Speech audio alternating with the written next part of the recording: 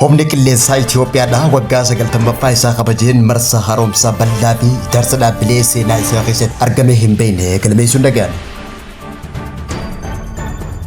Pireezidaantiin Masrii Abdul Fattah al-Sisi alkallattiidhaan akeekkachiisa cimaa biyya Yuunaayitid Arab Imireetiif erguun dhaga'ame.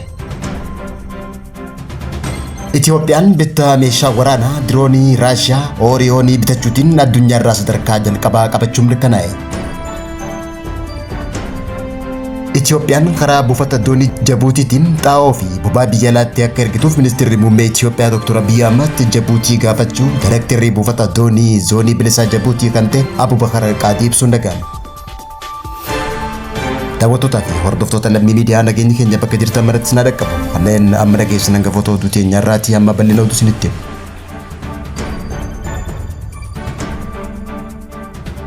Raayyaan ittisa biyyaa keessumattuu humni qilleensaa dhaabbata amanamummaadhaan Itoophiyaa fi sirna heera mootummaa isaa tajaajiluun if dandee if jiraachisuudhaan paartii irraa bilisate abbaa biyyummaa biyyaalessaa qofaaf dhaabbatuuf ijaaramuun bal'inaan hojjetamaa tureen sadarkaa amma jirurra gahuutu himame. Kufaatii dhaabbilee aadaa siyaasaa keenya mancaasuudhaan ijaarsa dimokiraasii irratti gufuu ta'ee jiraachuun kabaja ayyaana hundeeffamaa kanarratti kan kaafame waggaa ta'u kanaaf humni qilleensaa kufaatii dhaabbata keessaa baasuuf teknooloojiin akka guddatuu fi humna namaatiin leenji'aa akka ta'uuf hojiin hojjetamee tasgabbii biyyaatiif bu'uura akka ta'e ministeerri muummee Itoophiyaa Dr. Abiy Ahmed dubbatee jiraachuun mul'ate. Qabxiileen ijoon xiyyeeffannoo ijaarsa humna qilleensaa waggaa ibsaman illee daddabarsa teknooloojii fi olaantummaa kunis xiyyaarota waraanaa ammayyaa fi teknooloojiiwwan nama maleessaa yookaan diroonii itti hidhachiisuun dandeettii samii biyya teenya amanamuun baadhaan eeguu danda'u uumuu fi akkasumas misooma humna namaa yoo ta'u kunis qondaaltota waraanaatii fi ogeessota beekumsaa fi naamusa qaban oomishuuf dhaabbatichi dandeettii fi qophii lolaatiin olaanaa akka ta'e ibsameeti jira. Qabxiileen ijoo ijaarsa humna qilleensaa keessaa tokko kan ta'e haaromsa dhaabbilee waggaa ta'u dhaabichi lammiilee Itoophiyaa hunda walqixaan tajaajiluu fi bareedina adda addaa calaqqisiisuun paartii kamirraahuu akka fagaatu taasifamee jiraachuun himame. Humna qilleensaa cimaa ijaaruun nageenya Itoophiyaa mirkaneessuu yoo ta'u yeroo Itoophiyaan damee hundaan guddachaa jirtu kanatti dhaabbileen tarsiimoo kan akka humna qilleensaa cimsuun biyyattii balaarraa eeguuf ijaarsi dimokiraasii nagaan akka itti fufu kan gargaaru ta'uun ibsame. Bu'aawwan waggoota dabran keessatti galmaaniin humni qilleensaa dhaabbilee Afrikaa keessatti adda duree ta'uu fi ammayyaa ta'an keessaa tokko waggaa ta'u milkaa'inni kun abjuu guddaa Itoophiyaan gama hundaan badhaatu jedhu dhugoomsuuf galma kaa'amees akka ta'e ibsameet jira. Walumaa galatti ayyaanni humni qilleensaa Itoophiyaa waggaa 90ffaan dhaabbatichi sadarkaa guddaan haaromsa irra ga'e agarsiise Itoophiyaa cimtuu baruuf waadaa keenya haaromse seenaa qabeessa taateen uumna jechuudhaan qondaaltonni humna waraanaa Itoophiyaatii fi humna qilleensaa Itoophiyaa kabaja ayyaana kanarratti dubbachuun dhaga'ame.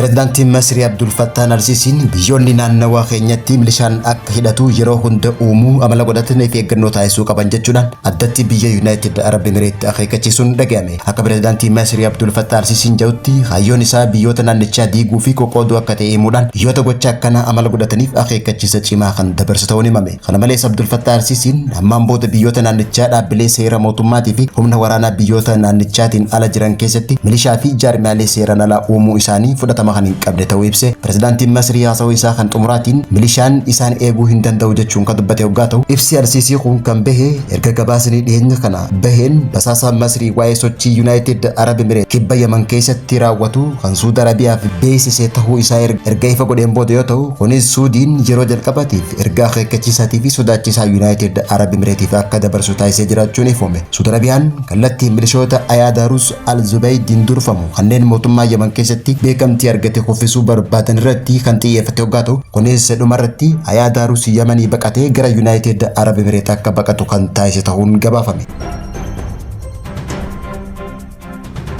Itoophiyaan bittaa meeshaa waraanaa diroonii Raashiyaa Ooriyoon bitachuutiin addunyaarraa sadarkaa jalqabaa qabachuun mirkanaa'e. Bittaan humna ittisaa guddaa addunyaarratti guddaate Raashiyaarraa bitachuun Itoophiyaan sadarkaa jalqabaa qabachuun agarsiisa humna qilleensaa dhiyeenya Itoophiyaan jalqabde irratti mul'achuun mirkanaa'e. Meeshaalee waraanaa agarsiisa kanarratti mul'atteen Itoophiyaan diroonii sakatta'insaa fi haleela Ooriyoon kan Raashiyaan hojjetaman sirna UAV sadarkaa olaanaa kanaan Raashiyaan alatti ergituun Itoophiyaan biyya jalqabaa ta'uun isii mirkanaa'e. Agarsiisni dhiyeenya kana Expo aviyeeshinii bara 2026 irratti agarsiifame Oriyoonin kan Itoophiyaan qindaa'e ergama sakatta'insaa fi haleellaadhaaf kan hidhate hoggaa ta'u daayinaamiksii nageenya naannoo jidduutti dandeettii diroonii Itoophiyaa babal'achaa jirtu ta'uu kan mul'isu ta'uun ibsame. Tarkaanfiin kun kan fudhatame yeroo Itoophiyaan xayyaara nama maleessa adda addaa galfachaa jirtu hoggaa ta'u kanaan dura sirna Turkii, Chaayinaa fi kanneen biroo dabalatee dirooniin kun kan hojjetame Raashiyaa Group jedhamuun yoo ta'u dirooniin ol ka'iinsa jiddu galeessaa yeroo dheeraa dandamatuuf gahee hordoffii fi lola irratti baay'ee cimaa ta'uun isaa ibsameeti jira.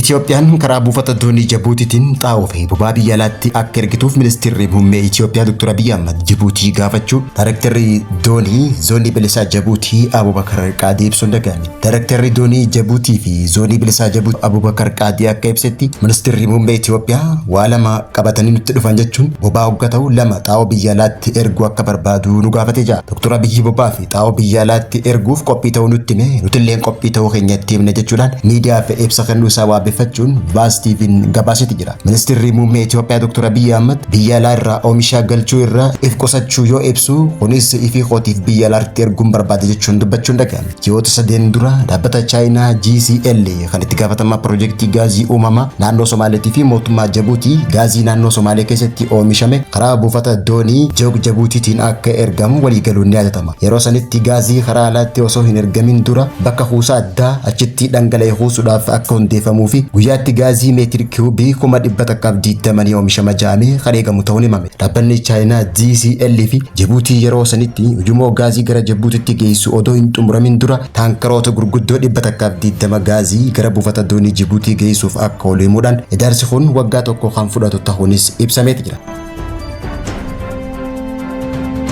Daawwattootaa fi hordoftoota Lammii Miidiyaa irraa oduun yeroo kanaaf qabannee dhiyaanne kan hanga ammaatti hordofaa turtanii turtii gaarii.